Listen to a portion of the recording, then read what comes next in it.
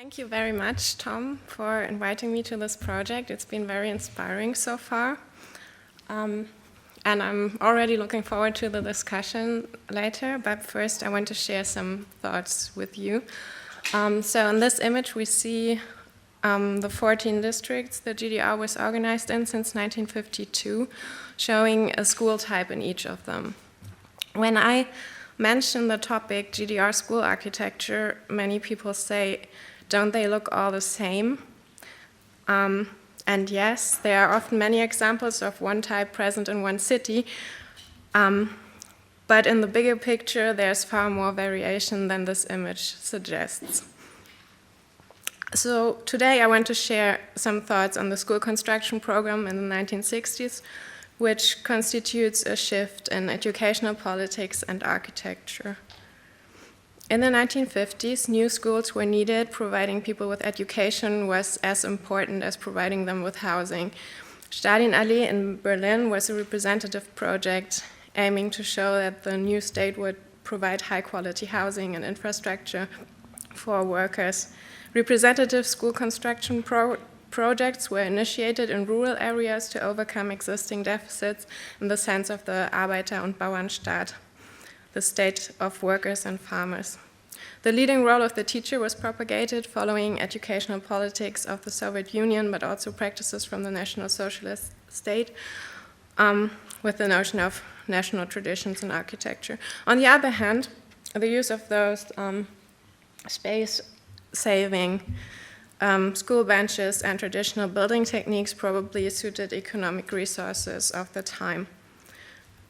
In 1950, a school building committee was founded, and in 1951, Deutsche Bauakademie was founded as a research institute within the Ministry of Construction. Hermann Henselmann and Ludwig Steiters built some of the first representative schools and also worked on the central guidelines for the construction of schools. So plans for the new school buildings had to be approved by the committee according to these guidelines. The image shows type schools from the Soviet Union with symmetrical floor plans and Pausenhallen, so hallways with natural light for recreation during breaks. I'll show you this example by Ludwig Steiters to explain how these guidelines played out in practice. It's part of the second housing complex of Eisenhüttenstadt, a representative planned city called the First Socialist City, built for the new steel works. The style is more modern than many other examples of the time, and therefore the required elements stick out. First, there's a representative entrance, elevated and with columns, and the symmetrical facade, some reduced ornamentation. On the floor plans, we see spacious staircases with natural light and a roof terrace attached to the auditorium. According to the guidelines, the entrance areas, staircases, and common rooms should be representative with artworks and ornaments to encourage the formation of a school collective. So here we see tiles with plants and animals. It was designed as a primary school, so this was aiming at younger children. And then the auditorium, and space between the auditorium and the roof terrace, and also an actual aquarium situated between classrooms and the hallway. Here we see a classroom which is quite small for 30 students, even with those benches, and the teacher in front as the leader of the class. But not every school could be as prestigious as the one we just seen, so according to the guidelines, first type schools were designed. In this one, a brick building was used in the second socialist city, Hoyerswerda, another representative planned city, and it was available throughout the Republic as a Wiederverwendungsgrundprojekt, meaning that plans were used as a basis for site-specific solutions. This is an example published in 1964 with a swimming pool and a different roof construction, which brings us to the school construction program. Apparently, almost 50% of school capacities existing in the GDR in 1990 were built between in the 1960s and 70s, just to show the dimension of the program. In 1958-59, the concept of polytechnic education with an emphasis on science, scientific approaches, and practical experience was introduced, meaning that science rooms and workshops were now considered more important than the classrooms. Also, instead of 8 years, 10 years of education at Polytechnische Oberschule, basically a comprehensive school, became mandatory. So more capacities were needed. And this newspaper article includes 3 main issues of the program. First, 25% of the construction had to be organized and realized locally by the community with voluntary work and donated materials, which proved to be difficult and was later reduced to 10%. Second, districts were urged to organize and coordinate school building activities, so planning on a larger scale became more important.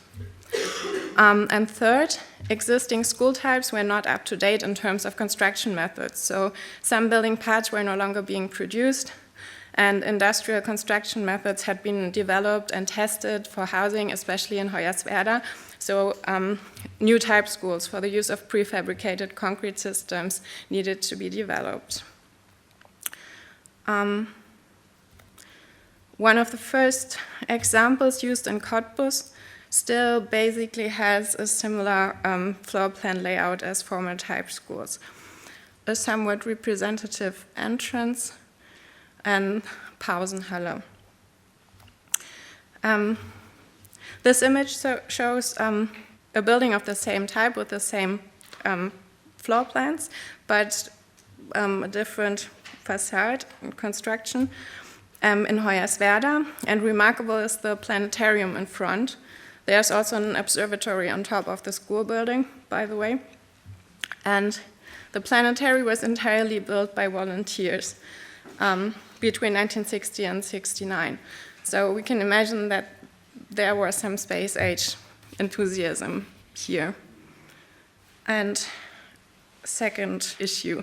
This image shows the exemplary concept for a school building series in the district of Rostock, mentioned in the article. The building team with their machines would build a school on one side and maybe other social infrastructure buildings as well, and then move to a different city or a different site, and using their experience and documenting problems they encountered to improve the construction process and also the actual design of the school type.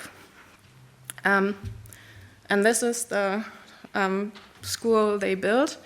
It exists in some variations throughout the years. The floor plan organization is quite different from the ones we saw before, since it's decentralized on 3 buildings.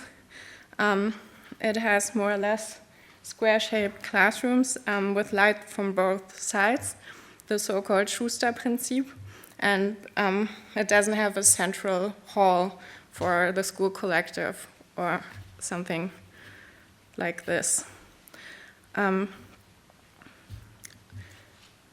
Another version of this type was later built in Riebnitz with an artwork by Rudolf Austen and Heinz Wotziker, celebrating the technology of the space age.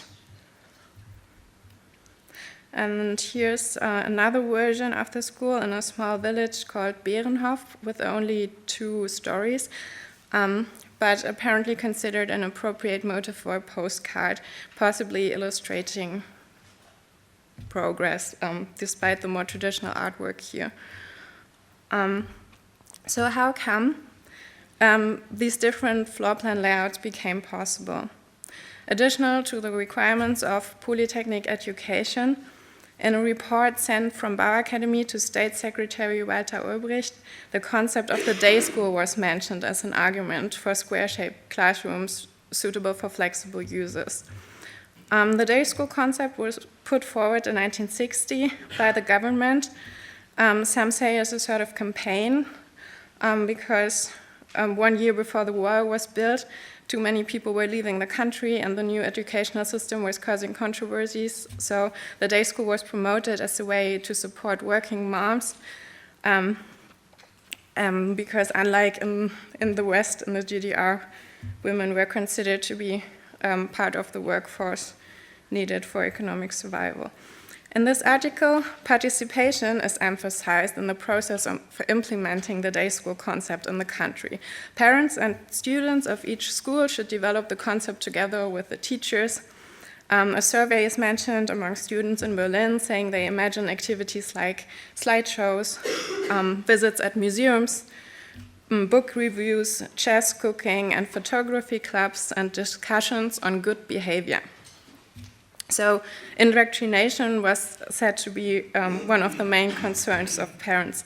However, the concept of the day school was too expensive to be fully realized, but it may have contributed to the idea of a flexible use of classrooms. This is an early and well-known example of a type school developed by Helmut Trautzettel at TU Dresden. Here we see 3 building slabs, and they are connected with 3 corridors, and we see split levels here, and also 4 courtyards. The school includes a gym and auditorium, which was argued to be cost efficient compared to erecting the gym separately. On the other hand, a gym was not needed on every site, so the construction of the gym as a separate building was favored later. Navigating within this building can become challenging due to the split levels, and you really have to know which staircase you need to take to get to the rooms. So still, it certainly creates interesting views or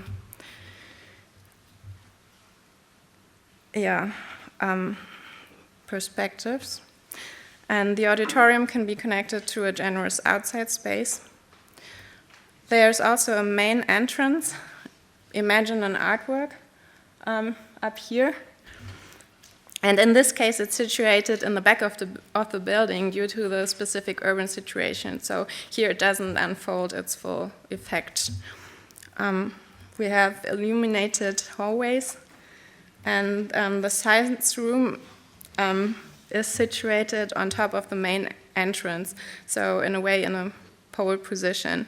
And here it's, in this particular example, it's directly connected to other science rooms, so possibly to encourage interdisciplinary lessons. The auditorium was well equipped with art as well. About 25 schools of this type were built in the district of Halle. And the design was developed further and adjusted along the way, and the process was documented. The district of Dresden wouldn't agree to build Trautzettel's design, but based on it, another type was developed. The idea was to reduce the floor area. So here we see 2 building slabs connected by 3 corridors, which are in this case connected on every level. So even though this design was based on the one we saw before, it creates a different spatial impression. This is an example that was recently refurbished. It's a monument in Bernhardstraße in Dresden. It has an emphasized entrance as well. And here we see that while you're on the corridor, you can basically see everyone else who's moving in the building. An impression former students also described. So instead of this almost a maze we saw before, this is almost like a panopticon. Anyway, again, we see that art was an important element. This artwork from 1979 by Dieter Bock von Lennep is called Rakete, Rocket. The political aim was to develop a type project to be used all over the Republic, arguing this would be the most efficient solution. So in 1966, this school type developed in Erfurt was presented by Deutsche Bauakademie. The design has been criticized for its compactness. This image shows a double location with 2 attached buildings of this type. Classrooms are situated in the slab, and special rooms are in the separate section. This type was further on developed and exists in at least 3 different versions. It was used in many districts, but couldn't prevail as a centralized school type. Why? This image maybe illustrates a major problem of the idea of the centralized school type for the entire country, because we see 3 buildings all built from prefabricated concrete elements, but in 3 different construction systems. In the early 1960s, the 2MP system was considered the standard for community buildings, such as schools, kindergartens, supermarkets. But not all the districts had the same capacities at their production facilities. This was brought up as the main reason why not all districts could use the centrally issued type project. So within the next 2 years, instead of the building type as such, only guidelines concerning cost efficiency became mandatory for the districts and school building. Subsequently, a variety of type school projects was developed and built during the 1960s and 70s. Here we see an example from Erfurt with an artwork at the entrance, and another building with basically the same floor plan, but a different construction and entrance situation. Again, I want to show another example with a seemingly similar floor plan, but a different spatial experience. So this type was developed in the 5MP system, again in the district of Rostock. It has a slab with classrooms and 2 sections with special rooms attached. So this section, for example, could be used for music lessons with group rooms, for practicing music, and still being sort of further away from the classrooms, so not to disturb them with the noise. And on the other hand, you could imagine a cluster-like situation on the upper floors in this area with 3 rooms used for biology, for example. The atmosphere on the upper floors could be quite contemplating because only few students go there, unlike the building before where most students were using the central hallway. So here we see an example with white painted metal facade, and here we see what was considered the use of what was considered regional materials applied with a forecourt and an elevated entrance, and you could again imagine an artwork up there above the entrance. So the flexible use of classrooms, in this case a kitchen. Obviously, today I'm not going into all building types created within the 1960s and 70s. I just want to add that the idea of a centralized school type came up again. In 1980, a new series of school types was presented, and the aim was to apply the most common construction system at the time used for housing, WBS 70, also to schools and other community buildings. Again, there were regional variations. This is an example from Leipzig. And we can see that the idea was to create a more compact building with less surface than other examples before, among other reasons, to reduce heating costs. And natural light in the hallways or lighting from both sides of the classrooms became less important. We do have an elevated entrance, though. And this is an impression from a classroom,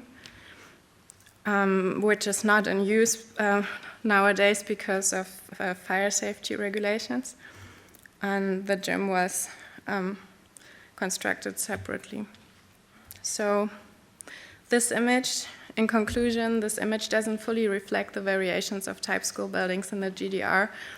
Despite the differing building shapes, the image emphasizes their comparability, as if it wanted to prove that standardization had been effective. In fact, the catalog this image was taken from was developed in the Central Department for Standardization and Economic Efficiency in Education. After the end of the GDR, the two authors of this study were taken over as employees by the Conference of Education Ministers. The aim of the study was to show possibilities of refurbishing type school buildings in the former GDR. So, despite the political aim to reduce building costs by maximizing standardization and prefabrication, the school construction program of the 1960s marks a political shift of educational methods and allowed for a variation of spatial concepts in type school building. A book published in 1968 on school architecture in the GDR describes the school as a spatial system consisting of functional rooms and their relations to each other. So to me, it seems that these spatial relations constitute or determine architectural qualities of the type schools and allow for more or less flexible and creative uses. At this point, I wondered to what degree the local communities may have had a say in architectural matters, at least in singular cases on the level of execution planning, which appears to be a critical phase in appropriating the type projects. So there's still a lot for me to learn here, and that's why I'm looking forward to the discussion. Thank you.